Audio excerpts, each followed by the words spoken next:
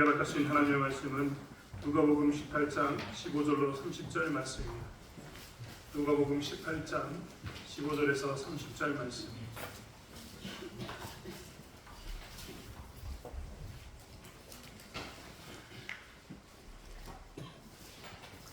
성경책이 없는 친구들은, 없는 분은 뒤에 비치된 성경이 있습니다.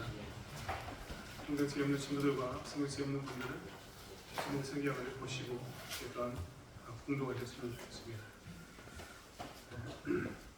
저희가 교동문을 읽을 때도 교독했습니다. 서로 한 문제씩 읽는 게 교동문이고, 교동문을 통해서 하나님을 찬양하는 데 목적이 있습니다.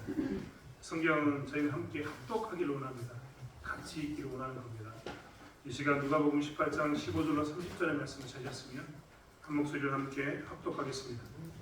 사람들이 예수께서 만져주심을 바라고 자기 어린 아기를 데리고 오매 제자들이 보고 꾸짖거늘 예수께서 그 어린 아이들을 불러 가까이 하시고 이르시되 어린 아이들이 내게 오는 것을 용납하고 금하지 말라.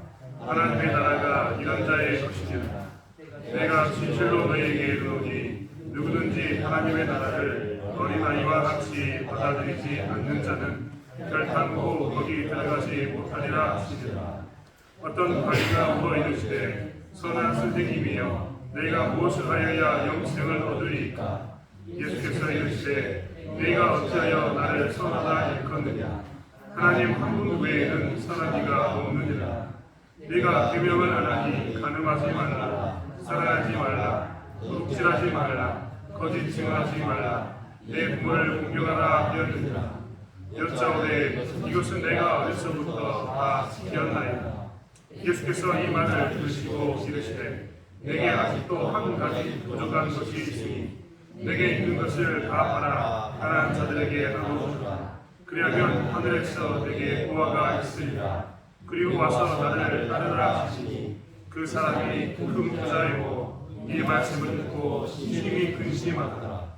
예수께서 그를 보시고 이르시되 재물이 있는 자는 하나님의 나라에 들어가기가 얼마나 어려운지 낙타가 하늘길로 들어가는 것이 부자가 하나님의 나라에 들어가는 것보다 쉬우니라 하시니 듣는 자들이 이르되 그런즉 누가 구원을 얻을 수 있나이까? 이르시되 모든 사람이 할 수 없는 것을 하나님은 하실 수 있느니라.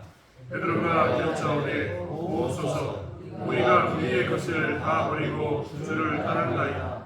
이르시되 내가 진실로 너희에게 이르노니 하나님의 나라를 위하여 집이나 아내나 형제나 부모나 자녀를 버린 자는 현세에 여러 배를 버리고 내세에 영생을 받지 못할 자가 없느냐 하시니라. 아멘.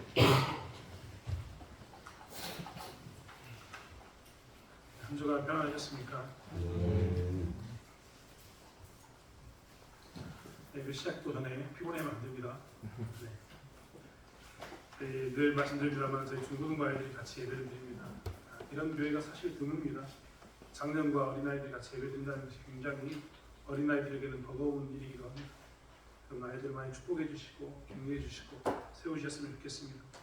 그렇다고 해서 아이들에게는 중고등부 친구들에게는 면죄부를 주는 게 아닙니다. 성경은 우리에게 늘 우리는 들으면서 말씀을 들으면서 우리에게 믿음이 생긴다라고 이야기합니다. 잘 들으시고 믿음 가운데 서시기 바랍니다. 우리는 지난 시간에 하나님 나라를 그리고 하나님 나라의 완성을 기다리는 사람은 낙심하지 말고 기도해야 된다라는 것을 봤습니다. 그리고 다른 사람을 멸시하지 않기 위해서 기도해야 한다라고 우리는 지난 시간에 나눴습니다.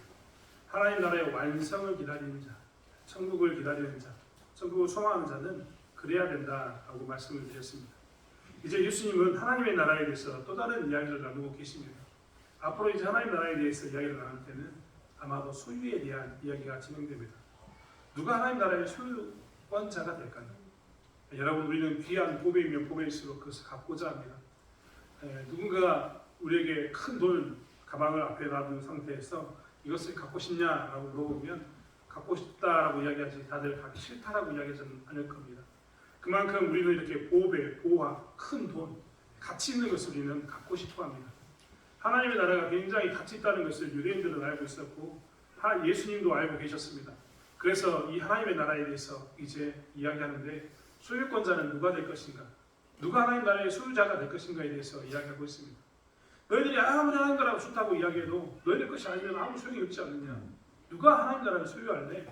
이것에 대해서 예수님께서는 가장 큰 반문을 하고 계신 것을 보게 됩니다. 오늘 26절에 나온 것처럼 유대인들은 무엇에 관심을 많이 쓰냐면 26절에 보면 이런 말이 나와 있습니다. 듣는 자들이 이르되 그런즉 누가 구원을 얻을 수 있나이까? 즉 그들은 하나님 나라의 소유권에 대해서 관심을 가지고 있었고 누가 하나님 나라를 얻을 수 있는가에 대해서 관심을 가지고 있는 사람들이었습니다. 왜냐하면 이들은 이것이 굉장히 좋다는 것을 알았기 때문에 갖고 싶었던 겁니다. 아무튼 이 하나님 나라의 소유권자가 누가 될 것인가에 대한 이야기를 예수님께서는 지금부터 하고 계십니다.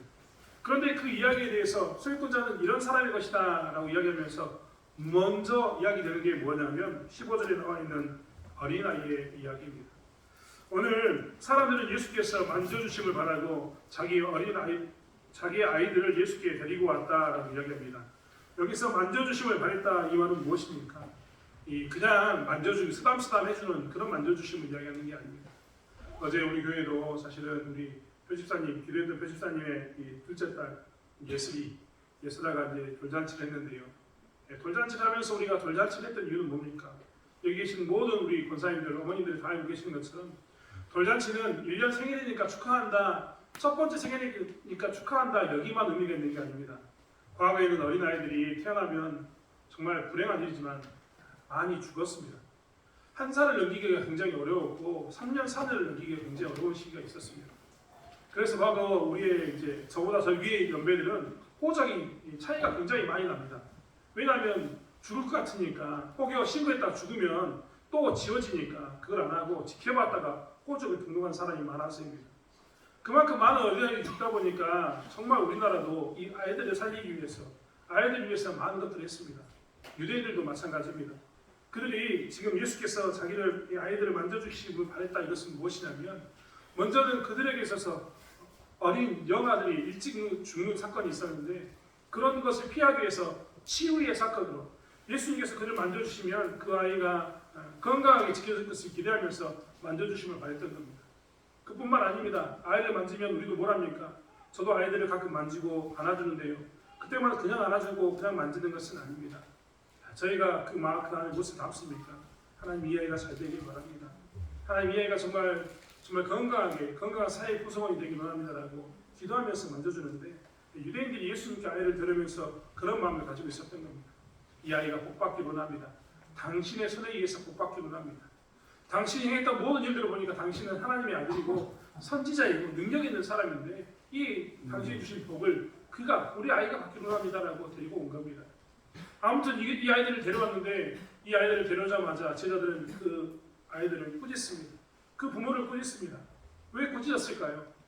아이들이 오는 것 너무나 좋은 일인데 서로에게 아이들이 오는 것은 불편함을 가지고 나기도 하기 때문입니다. 일단 아이들은 정말 앞뒤가 없습니다. 그냥 아이들은 자기들이 좋으면 그러나갑니다. 뛰어나가기도 하고 그 다음에 자기들이 좀 불평스러우면요 여기서 짜증내기도 합니다. 울기도 합니다. 사람마다 다 여러 가지 이제 예배에 대해서 어떤 사람은 예배가 중요하기 때문에 아이들을 잘 관리해라 하는 사람이 있는가 하면 저 같은 사람은 애들이 마음대로 뛰어놀아도 좋습니다. 왜냐하면 아이들이 오면 혼란스럽다는 것을 알기 때문에 그게 당연한 걸 알기 때문에 그렇습니다. 반면에 그 아이들이 어린 시절부터 교회 다니면 하나님 앞에 나오면 자라면서 교회를 떠나지 않을 것을 알기 때문에 또한 그 아이들을 축복하면서 저는 기다립니다. 아무튼 제자들은 이런 이유로 예수님이 지금 말씀을 전하려고 하고 있고 예수님이 사역하는데 방해가 되니까 애들 좀 그만 데려와라. 애들이 떼쓰고 울거나 짜증내거나 그런 것을 보거나 데려오지 말라라고 이야기하는데 예수님은 뭐라고 이야기하냐면 오늘 제자들에게 이야기하면서 이런 아이들이 내게 오는 것을 용납하고 금하지 말라라고 이야기합니다. 아이들을 데려오라는 겁니다. 그들의 의도가 어쨌든 간에 애들이 내게 오는 것은 환영한다라고 이야기합니다. 하지만 예수님께서 아이들을 데려와라 이 말을 금하지 말라는 말의 의미는 무조건 아이들을 데려와라 울고 걔들이 시끄럽게 하는 것에 있어 꾸짖지 말라 이런 의미가 아닙니다. 그 이야기의 근본적인 방점은 가장 강조하고 싶은 내용은 어디 있냐면 하나님의 나라가 이런 자의 것이다 라는 것에 있습니다. 예수님께서는 어린아이들이 자기에게 오게 해야 되는데 그 오게에 대한 이유는 뭐냐면 이런 어린아이가 하나님의 나라의 소유자이기 때문이다 라고 이야기한 겁니다. 그리고 17절에 이야기하시기를 이제 어른들에게도 내가 진실로 너희에게 이르노니 누구든지 하나님의 나라를 어린아이같이 받아들이지 않는 자는 결단코 거기 들어가지 못하리라 라고 말씀하십니다. 이렇게 때를 쓰고 울기도 하고 시끄럽게 하고 혼란스럽게 해서 너희들이 통제할 만큼 꾸짖을 만큼 이렇게 야단법석인 이 아이들도 하나님 나라의 소유권자가 될 수 있다. 이런 아이들, 순수하게 하나님 나라를 받아들인 이 아이들이 하나님의 소유권자가 될 수 있다라는 말을 듣자마자 이제 유대인들은 희망을 발견하기 시작합니다.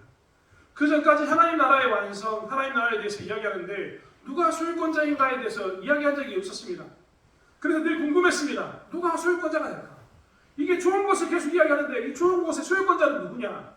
누가 이것을 가지냐? 누가 거기에 들어가냐? 이것이 관심사가 있었는데 예수님께서 어린아이들을 딱 이야기하면서 이렇게 시끄럽고 이렇게 산만하고 이렇게 사춘우들하는 이 아이가 하나님 나라의 소유자이다라고 이야기하니까 얼마나 즐거웠겠습니까? 그렇지 않습니까? 희망이 있다는 것을 발견하기 시작합니다. 유대인들은요 사실 어떤 생각이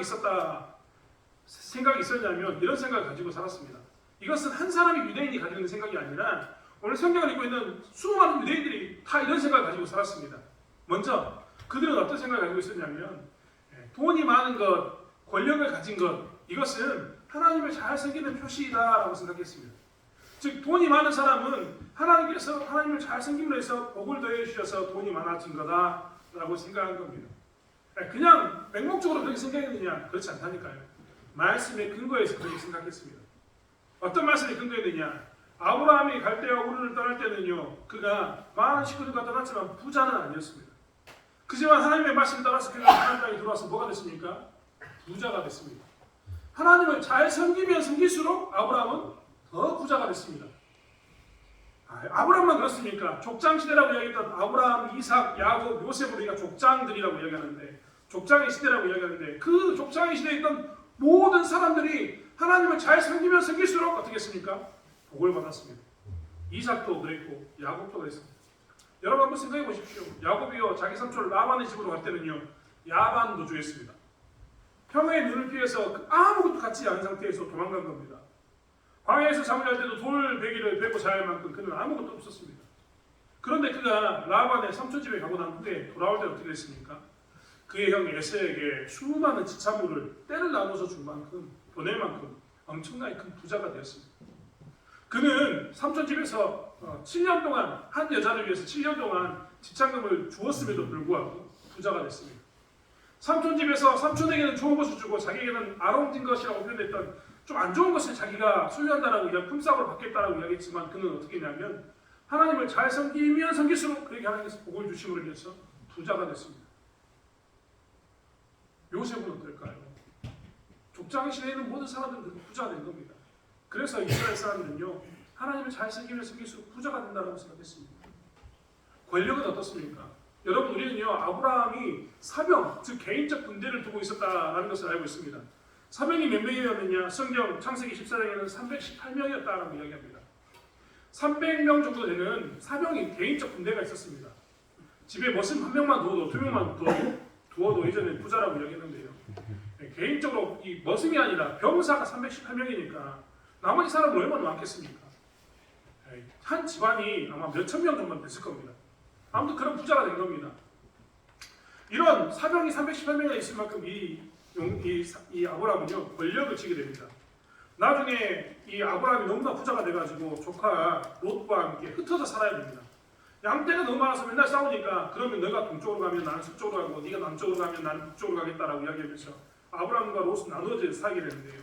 나중에 롯이 살고 있었던 소돔과 고모라 땅이 어떻게 되냐면 이 저 위에 있었던 북쪽에 있었던 연합군들이 여기를 공격해가지고 이 소돔과 고모라 땅에 공격해서 모든 사람들을 포로로 끌고 갑니다. 그때 누가 돕느냐? 아브라함이 사병 318명을 동원해서 소돔과 고모라라고 이야기했던 당대 사역이 좋았고 비옥했던 그 지역을 무너뜨린 그 연합군을 물리치고 조카와 모든 것을 탈취해옵니다. 그만큼 어떻게 됐습니까? 힘 있는 사람, 권력을 쥐는 사람이 됐습니다. 비단 굳이 아브라함의 사병을 이야기하지 않아도 우리가 요셉 이야기만 생각해봐도 우리는 알 수 있습니다. 요셉은요 그가 처음에는 정말 열심히 힘들게 살았지만 나중에 어떻게 됩니까? 나중에 하나님을 잘 섬겼던 그를 하나님께서 어디에 높이셨다고요? 총리로 높이셨습니다. 총리. 왕이 반지를 끼워주면서 모든 권한을 요셉에게 맡겨서 요셉으로 하여금 모든 정무를 보게 만드는 그런 일, 전권을 쥔 총리가 되었습니다. 하나님을 잘 섬기면 뭘 갖는다고요? 힘, 권력을 갖게 되는 것을 이스라엘 사람들은 봤던 겁니다. 요셉만 그렇습니까? 다니엘은 어떻습니까? 다니엘은 포로로 끌려갔는데 적지에서 총리가 됐습니다. 적지에서 존경받는 사람이 됐습니다. 왕이 혹여라도 다니엘이 죽을까봐 다니엘아 너 살아있냐? 하고 물어볼 만큼 인정받는 그런 삶을 살았습니다. 그가 무엇을 지었습니까? 권력을 가지고 살았던 겁니다. 그래서 이스라엘 사람들은요, 이 자연스럽게 어떤 마음이 있었냐면 하나님을 잘 섬기는 사람 그리고 경건한 사람은 돈을 많이 벌고 그리고 권력을 지게 된다, 힘을 갖게 된다라고 생각했던 겁니다.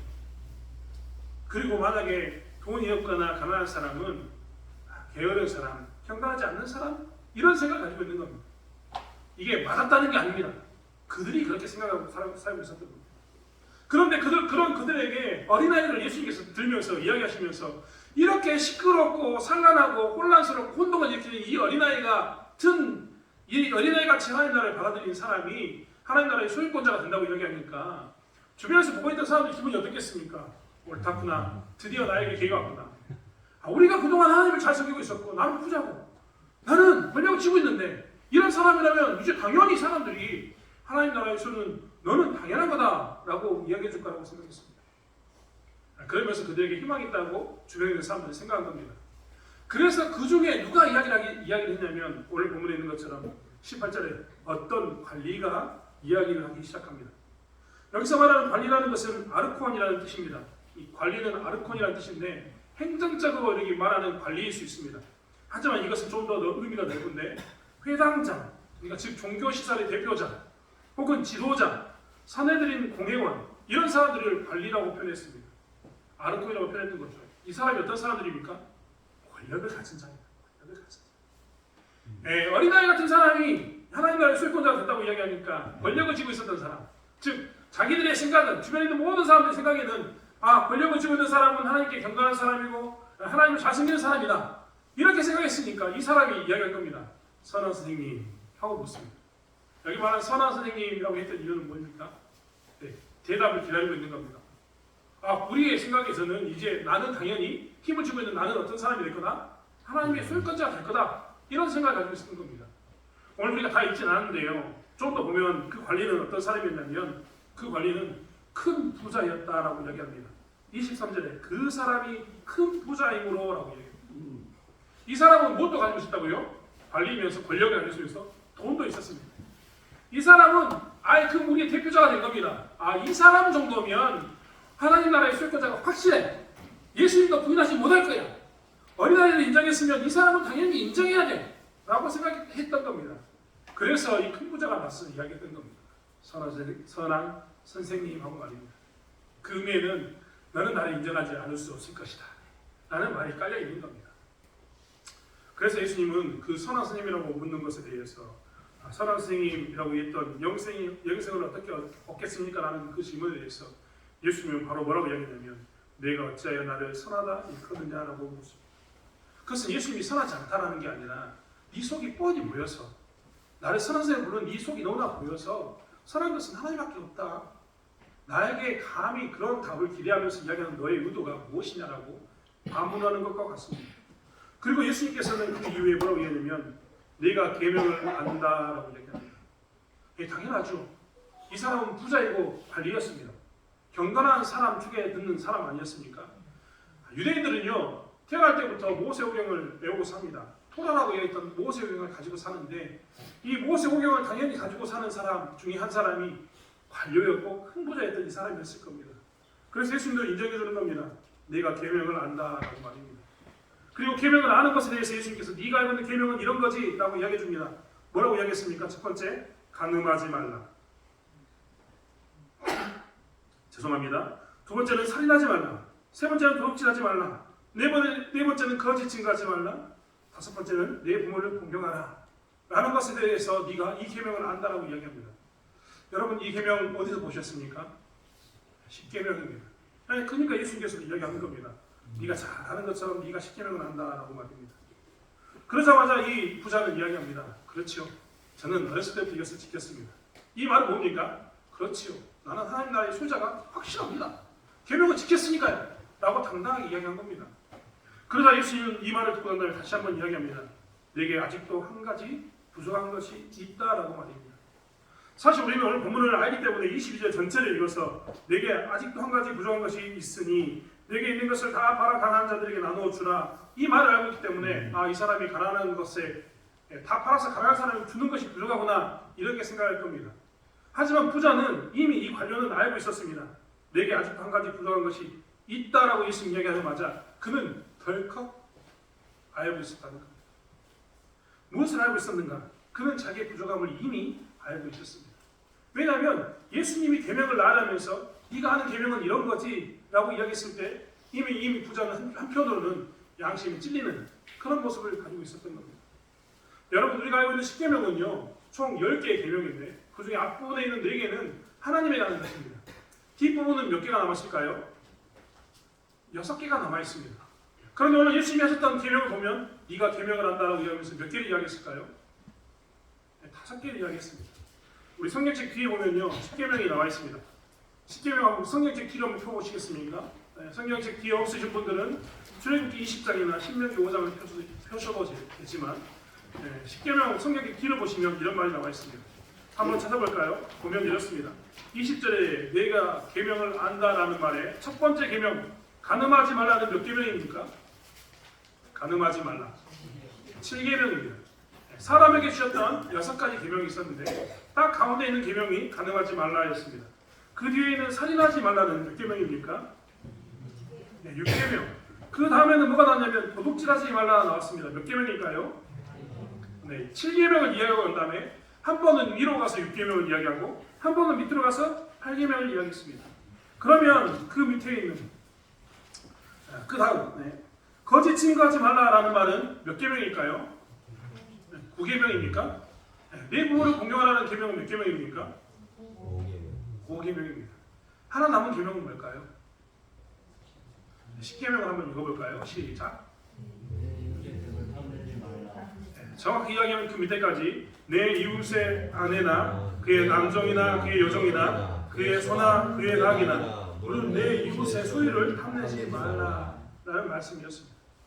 예수님께서는 6가지 계명이 이미 사람 사이에 주어진 6가지 계명이 있다는 것을 알고 있었는데도 불구하고 그 중에 하나를 의도적으로 빼셨습니다. 탐내지 말라.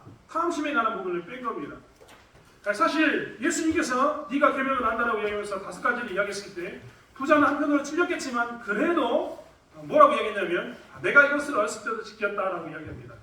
그런데 예수님이 뒤에 이어서 뭐라고 이야기했냐면 근데 네가 한 가지가 부족하다 라고 이야기를 했습니다. 예수님이 뒤에 이야기하기 전까지 이미 네가 한 가지가 부족하다라는 말을 듣자마자 부자는 알았을 겁니다. 내가 한 가지 부족한 게 있었는데 탐내지 말라는 이것을 지키지 못한 것을 그는 알고 있었을 겁니다. 그래서 예수님께서는 그에게 직접적으로 네가 지금 네 스스로는 그게 불법은 아니라고 얘기했지만 그게 편법이든 혹은 다른 방법이든 네가 지금까지 불을 싸움에 있어서 하나님의 방식대로 행하지 않고 이웃의 소유를 탐내거나 혹은 이웃의 것을 탐해서 불법이 아니라 편법 교묘하게 네가 관리로서 어떤 방법을 동원해서 부자가 되었는데 그것에 내가 너에게 직접적으로 이야기하지 않지만 네가 이미 알고 있는 것처럼 계명을 네가 알고 있는 것처럼 너는 그것을 지키지 않지 않았느냐. 그러니 이제 너는 뭐라고 이야기하냐면 너는 내게 있는 것을 다 팔아서 가난한 자들에게 나눠주라. 그리하면 하나님 나라에 그러면 하늘에서 내게 보화가 있으리라. 그리고 와서 나를 따르라라고 이야기했던 겁니다. 예수님은 직접적으로 네가 도둑질했잖아, 탐냈잖아, 계명을 했잖아라고 이야기한 게 아니라 예수님은 완곡하게 표현하면서 그가 부족한 부분을 이야기하면서 그것이 해결돼야지만 네가 완전히 하나님 나라를 쫓을 수 있다라고 얘기하는 겁니다. 예수님은 율법 완성자이시라는 것을 우리는 기억해야 합니다. 이렇게 율법을 완성해야지만 다 이루어야지만 이렇게 하나님 나라의 소유권자가 될 수 있음을 예수님은 그에게 이야기합니다. 이렇게 해서 이 부자는 어떻게 하냐면 그가 큰 부자임으로써 이 말씀 듣고 큰 근심 가운데 돌아가게 됩니다. 그 큰 근심 가운데 돌아갔던 이유는 무엇 때문입니까? 자기가 가졌던 이 부를 포기할 수 없었기 때문입니다. 여러분 우리는요 최근에 제가 사개오에 관한 이야기를 한 적이 있습니다. 누가복음 19장에 나와 있는 삭개오에 대한 이야기를 우리는 너무나 잘 알고 있습니다. 삭개오는 어떤 사람이었습니까? 그는 세리장이었다라고 이야기합니다. 여러분 구구절절히 설명하지 않겠습니다만 삭개오는 세리장으로서 로마의 앞장이었고 매국노였고 나쁜 놈이었던 게 분명합니다. 그런데 그가 키가 작았던 그가 무시당했던 그가 예수님이 지나간다는 이야기를 듣고 어떻게 합니까? 뽕나무로 올라갑니다. 큰 놈 나무까지 올라가서 예수님을 영접하게 됩니다. 예수님은 그런 그를 버리지 않고 삭개오의 집에 들어가서 그와 함께 거주하게 됩니다. 식사를 같이 하게 되고 그를 받아들입니다. 이에 예수를 믿게 됐던 삭개오는 회개합니다. 회개하고 난 후에 그는 어떻게 행동했을까요? 자기가 만약에 빼앗은 것이 있다면 내가 4배를 갚겠다라고 이야기합니다. 사실 삭개오는 4배를 갚을 필요가 없었습니다. 왜냐하면 도둑질하는 사람이 있었는데 무엇을 빼앗은 사람이 있었는데 이 사람이 만약에 스스로 고백하면 율법은 스스로 고백하면 그는 5분의 1만 더해서 주인에게 갚아라 라고 이야기합니다. 이 이야기가 민수기서 5장에 나와 있습니다. 반면에 도둑질했는데 고백하지 않고 들통났습니다. 남에게 발견이 됩니다. 그러면 2배나 4배를 갚아라 라고 출애굽기 22장에 나와 있습니다. 삭개오는 자기가 고백했지 않습니까? 그렇기 때문에 4배를 갚을 필요가 없었던 겁니다. 그런데 어떻겠습니까? 재산의 절반을 팔아서 가난한 자들이 줄 뿐만 아니라 자기의 소유를 뺏은 게 있다면, 토색한 게 있다면 4배나 더해서 갚겠다라고 이야기합니다. 사실 예수님을 영접하고 은혜 받은 사람은 이렇게 바뀌는 게 당연합니다. 이렇게 바뀌는 것은 당연한 겁니다. 왜요? 은혜를 입었으니까. 자기의 죄가 그전에는 죄가 아닌 줄 알고 살았는데 빛 대신 예수님 앞에 오니까 죄가 너무나 확연하게 드러나서 죄를 멀리하게 되는 겁니다. 그리고 은혜를 입으니까 회개하니까 이것을 버릴 수밖에 없는 그런 상황 가운데 놓이게 된 겁니다. 제가 삭개오 이야기를 계속해서 보다가요, 어떤 목사님이 삭개오에 대해서 정말 재밌게 써놓은 것을 봤습니다. 삭개오가 예수를 믿고 이제 우리는 이렇게 삭개오가 예수를 믿고 정말 재산의 절반을 팔고 이렇게 4배나 갚았다는 걸 보았지 않습니까? 그래서 우리는 그 다음을 생각해 본 적이 없는데 어떤 목사님이 그런 글을 남겼더라고요. 삭개오가 예수 믿고 난 후에 모든 것을 팔아서 예수를 따르고 그 다음에 갚아주고 난 후에 어떤 일이 삭개오에게 있었을까에 대한 이야기를 그 나름대로 상상해서 적어놓은 이야기가 있었습니다.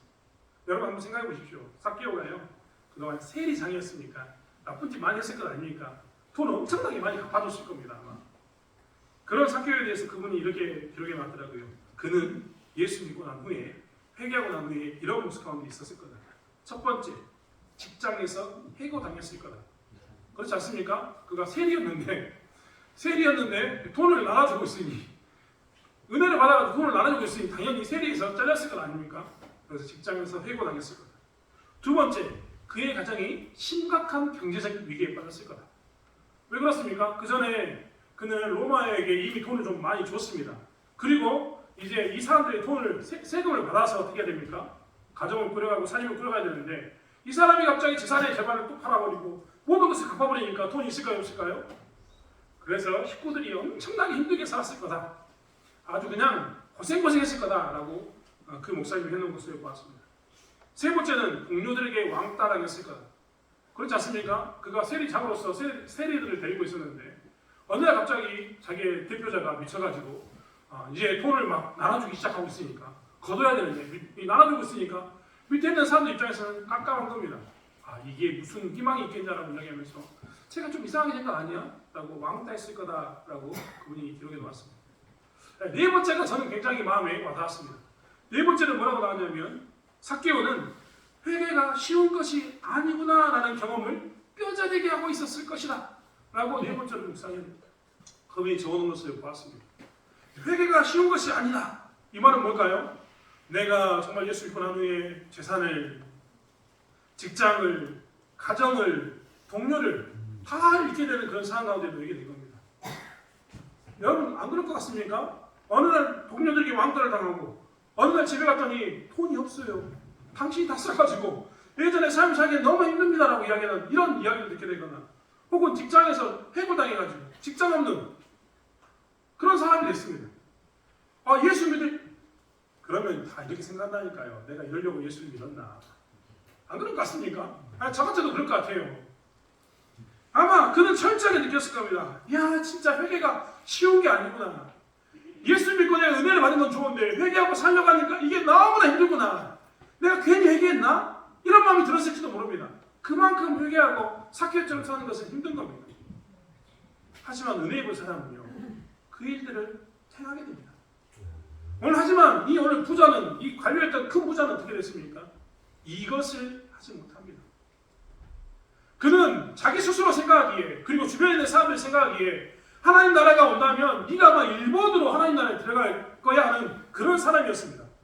관리였고 큰 부자였기 때문에 모든 사람들이 너는 일본으로 하나님 나라에 들어갈 사람이야 라고 생각했습니다. 그런데 오늘 예수님의 이야기를 들어보니까 그는 무엇이 근심이 되냐면, 회개해가지고는 내가 도저히 답이 없을 것 같습니다. 예수님을 따라 사는 것은 도저히 답이 없을 것 같습니다. 처음 어린아이 같은 아이들이 하나님 나라의 소유권자가 된다는 이야기 들었을 때는 내심 기뻤습니다. 당연히 그럼 나는 되겠지라고 생각했는데, 사람들도 인정해주고 이제 예수님도 인정해주겠구나라고 생각했는데, 예수님의 이야기를 들어보니 자기는 완전히 연예인입니다. 소위 속된 말로 얘기하면 나가리가 됐습니다. 그런 그에게 근심이 따르지 않을 수가 없습니다. 근데 이 근심은요, 이 부자만 한 게 아닙니다. 26절에 보면 사람들이 뭐라고 이야기했냐면, 그런즉 누가 구원을 얻을 수 있습니까? 아니, 저 사람이 안 되면 누가 구원 받습니까? 우리도 구원 못 받겠네요? 라고 주변 사람들이 이야기한 겁니다. 예수님은 그런 그들에게 뭐라고 얘기했냐면, 재물이 있는 자는 하나님의 나라에 들어가기가 얼마나 어려운지, 낙타가 바늘길로 들어가는 것이 부자가 하나님의 나라에 들어가는 것보다 쉽다라고 이야기할 만큼, 이렇게 회개하지 않는 것, 하나님을 따르지 못하는 것에 대해, 부자들이 따르지 못하는 것에 대해서 영원히 하나님 나라의 소유권자가 될 수 없음을 이야기합니다. 이렇게 소유권자가 될 수 없다는 이야기에 대해서 사람들이 그럼 누가 구원받습니까? 라고 다시 물으니까 예수님은 뭐라고 이야기했냐면 이렇게 이야기했습니다. 무릇 사람이 할 수 없는 것을 하나님은 하실 수 있다. 즉 구원은 누구에게 달려있냐면 하나님에게 달려있다라고 이야기합니다. 이 말은 무엇이냐면, 듣는 사람들이 아니 저 부자도 하나님 나라에 소유할 수 없다면 우리는 할 수 없겠군요 라고 이야기하고, 부자가 하나님 나라에 들어갈 수 없는 사람이 된다면 우리 가운데 해당되는 사람은 들어갈 사람은 아무도 없군요 라고 이야기하는 것에 대해서 뭐라고 이야기하냐면, 하나님 나라에 들어가는 것은 주권이 누구에게 있다고요? 하나님에게 있다. 너희들이 만약 삭개오처럼 모든 것을 버리고 회개하더라도 너희들이 가난하게 살다고 생각하고 이것을 다 내려놓으면 우리는 이야기했던 것처럼 직장에서 이고당하고 가정이 어렵고 동료들이 왕따나가면서 내가 괜히 해겠는가라고 생각하는 그런 삶을 살 것처럼 보이지만, 사실은 오늘 이야기하신 것처럼 뭐라고 이야기하냐면 현세의 여러 배를 받고 내세의 영생을 받지 못할 자가 없다라고 이야기하시면서 사람들에게 그 순간에는 형제나 부모와 자녀를 버린 것처럼 되어서 사람들에게 오해받을 수 있고 너희들이 근심하고 걱정할 수 있지만, 그것을 어린아이처럼 그냥 받아들여서 하나님을 따라가고 하나님을 쫓는다면 너희들은 이 땅에서도 여러 배를 받고 하나님 나라를 소유할 수 있을 거라고 이야기하고 계시는 겁니다. 사실 우리는 우리의 생각 가운데 하나님 나라는 이런 사람이 받을 거라고 생각하는 그런 수많은 생각을 가지고 있습니다. 그리고 나는 거기에 해당될 거라고 생각하는 사람들이 너무나 많습니다. 교회 다니는 우리들은 우리에게 많이 주권이 있는 것처럼 우리가 여러 가지 일들을 했고 경건하게 살았기 때문에 하나님 나라를 우리가 소유할 거라고 생각합니다. 그리고 우리의 생각에, 우리의 기준에 맞추어서 하나님 나라를 우리가 받을 거라고 생각하는 그런 착각에서 벗어나지를 못합니다. 하지만 정말 우리가 착각해서 안 되는 것은 무엇이냐면, 하나님의 나라의 이 주권, 들어가고 들어가지 못한 것은 누구에게 있냐면 하나님에게 있습니다. 예수 믿는 자들에게 있습니다. 사실 예수를 믿고 삭개오처럼 모든 것을 내려놓고 떠나게 되면 내가 굉장히 힘든 것처럼 보이고 내 삶이 암울할 것처럼 보이고 그렇게 살면 내가 인생이 너무 힘든 것처럼 보이지만, 사실 그 길을 따라가면 그 길을 쫓아가는 사람이 하나님 나라를 소유할 수 있을 뿐만 아니라, 그러면 이 땅에서 내가 그러므로 해서 형제를 버린 것이 되고 부모를 버린 것이 되는데, 그렇지 않습니까? 내가 모든 것을 다 처분해버리면 내 형제는, 내 자식들은, 내 부모는 뭘 먹고 삽니까? 고민될 수도 있지만 하나님께서 그것에 대해서 어떻게 하신다고요? 현세의 여러 배를 받고 내세의 영생을 받지 못할 자가 없다라고 얘기하면서 이 땅에서도 그곳에서도 책임져 주신다고 말씀하시는 겁니다. 사랑하는 성도 여러분, 우리가요 하나님 나라의 소유에 대해서 이야기할 때마다 그렇기 때문에 이 말씀을 기억하기만 합니다. 어린아이 같이 하나님 나라를 받아들인다는 것은 계산하지 않는 것을 의미하고 있습니다. 여러분, 오병이의 기적이 정말 기독교에서 정말 다 아는 사건입니다. 보리떡 5개, 물고기 2마리에 대해서 안 들어본 사람이었습니다. 사복음서에 모두 다 오병이의 기적을 다 기록해 놓았습니다. 그런데 요한복음에 보면요, 오병이의 기적에 대해서 누가 보리떡 5개와 물고기 2마리를 가져왔냐에 대해서 이야기합니다. 그것을 가져온 아이는 어린아이입니다. 어른들은 계산하고 살았습니다. 이 광야에서 우리가 어떻게 떡을 구할 수 있습니까? 이 많은 사람들에게 먹이려면 계산을 해봐도 200데나리온이 있어야 됩니다. 엄청나게 많은 돈이 있어야 됩니다. 근데 우리 돈이 없습니다. 라고 이야기합니다. 그래서 우리는 먹일 수 없다라고 그들은 계산적으로 삽니다. 그리고 그들의 가치관과 세계관에 의해서 이런 사람이 하나님 나라를 소유할 거라고 생각했습니다. 모두 다 계산적으로 살고 있는 거죠. 근데 그때 어린아이 하나가 보리떡 5개와 물고기 2마리를 가지고 와서 예수님께 드립니다. 사람들은 이렇게 이야기했습니다. 요한복음 6장 9절에 보면 그것이 이 많은 사람에게 얼마나 되겠사옵나이까. 보리떡 5개 물고기 2마리가 얼마나 이게 능력이 돼서 이 많은 사람을 먹이겠습니까? 라고 이야기할 때 어린아이는 그런 것들을 생각하지 않습니다. 이것을 가져가면 하나님께서 이것을 통해서 역사하실 것을 생각하고 순수하게 먹이라라고 이야기하는 그 말씀에 순종해서 자기 가지고 있는 모든 것, 보리떡 5개와 물고기 2마리를 가지고 나갑니다. 그래서 역사를 경험했던 겁니다. 우리에게도 말씀하시는 것은 이렇습니다. 하나님 나라를 따를 때 계산하지 말라. 하나님 나라를 따를 때 어린아이처럼 계산하지 않고 우리 스스로 계산해서 이것이 이 많은 사람들에게 얼마나 되겠습니까? 라는 이런 계산이 아니라 이것을 통해서 하나님께서 역사하실 것을 믿고 따르는 것, 그 사람이 하나님 나라의 소유권자가 된다 라고 말씀하시는 겁니다. 사랑하는 성도 여러분, 그렇기 때문에 우리는 우리의 생각과 가치관을 버려두고 우리의 사고를 버려두고 계산하지 않고 하나님 나라를 받아들이고 따라야 합니다. 삭개오처럼 계산하지 않으니까 삭개오처럼 되는 거지, 계산하면 이 부자처럼 근심하게 되는 것, 근심만 남습니다. 그렇기 때문에 우리는 무엇을 해야 되느냐, 하나님 나라에 대해서 전적으로 신뢰하면서 하나님 나라를 소유하기 위해서 계산하지 않는 믿음 가운데 나가야 되고, 계산하지 않는 어린아이의 그 삶을 사는 것이 신자의 삶인 것을 우리가 꼭 살아야 합니다. 여러분, 고민하지 마십시오. 저도 사실 고민은 됩니다. 왜 고민이 안 되겠습니까? 오늘도 주일학교 중고등 선생님하고 이야기를 나눴지만, 그리고 제가 요즘 최근에 계속 이야기하고 있지만, 제가 이 코로나 이후에 동기들과 시골교회 목회하는 동기들과 이야기하면서 늘 이야기하는 것은 교회가 소멸될 것이 두렵다라고 이야기하는 그 이야기가 주된 이야기 중에 하나입니다. 저희 교회는요, 진짜 감사합니다. 주일학교도 있고 중고등부도 있고, 저희 교회는 이 많은 신앙 선배들도 정말 힘드시지만 신앙을 지키기 위해서 짱짱하게 교회에 나오시고 주일마다 예배 자리 지켜주시니까 너무나 감사합니다. 끝나고 오후 예배까지 정말 예배 자리 지켜주신 이분들이 얼마나 감사한지 모릅니다. 새벽기도에 다리 아픈 다리 끌고 오시는 분들 너무나 감사하지요. 우리 교회는 이렇게 모여서 멀리서 가까이서 다 모여서 예배를 드립니다. 그런데요, 코로나 이후에 수많은 교회들이 성도들이 절반이나 떨어진 교회가 너무나 많습니다. 코로나 때문에 교회에 안 나온 게 아니라요, 코로나로 해서 돌아가셨습니다. 그래서 그들은 교회가 소멸된다고 고민합니다. 그러면서 걱정합니다. 아니, 저도 걱정된다니까요. 저도 대창교회 생각하면 답답합니다. 위드문도 목사가요, 그거가 싸운다니까요.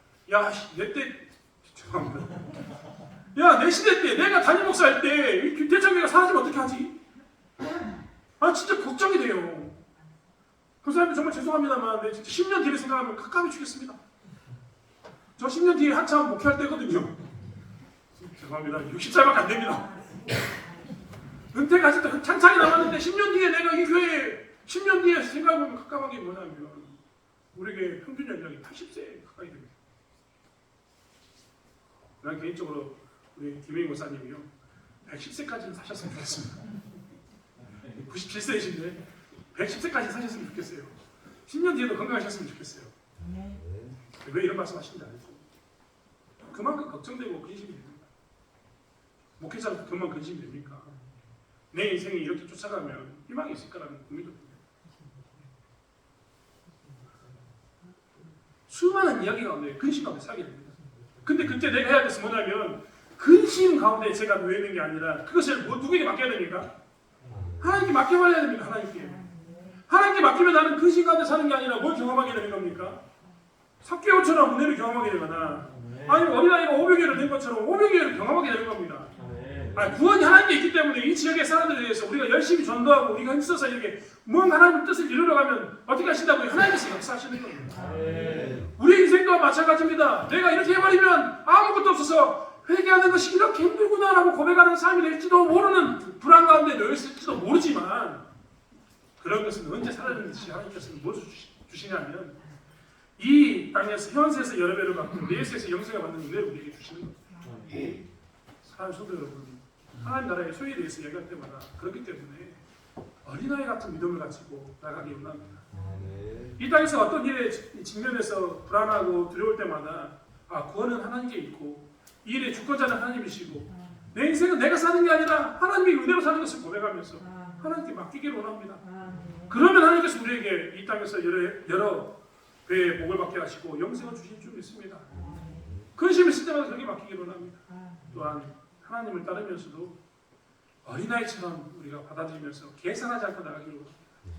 그렇다면 우리 인생은 하나님 나라에 거하게 될 뿐만 아니라 들어가게 될 뿐만 아니라 이 땅에서 하나님 주시는 평강 가운데서 거하게 될 줄 믿습니다. 사랑하는 성도 여러분, 하나님 나라의 소유권자는 어린아이 같이 이렇게 맡기는 자임을 고백하시면서 근심으로 사는 게 아니라 하나님께 모든 것을 맡기고 은혜로 기쁨으로 하나님의 능력을 경험으로 살아가는 저와 여러분이 되기를 원합니다. 기도하겠습니다. 하나님 나라의 백성으로 살기를 원합니다. 내가 주인이 아니라 내가 주권자가 아니라 하나님을 주권자로 인정하고 하나님 백성으로 살아가기를 원합니다. 하나님 말씀이 그러하다라고 이야기하면 어린아이처럼 받아들여서 그러하게 순종하기를 원합니다. 하나님께서 이 사람들을 먹이라라고 이야기하면 내가 가진 모든 우리 족 5개 물고기 2마리를 가지고 먹이고자 하는 그 열심 가운데 나가기를 원합니다. 나머지는 하나님께서 하실 줄 믿습니다. 이 땅에서 그렇게 우리가 어린아이처럼 하나님께 모든 것을 맡김으로 해서 하나님 나라를 소유할 뿐만 아니라 근심이 아니라 기쁨이 능력이 우리 삶 가운데 넘치는 것을 보게 하여 주시옵소서. 감사드리며 예수님의 이름으로 기도드렸습니다. 아멘.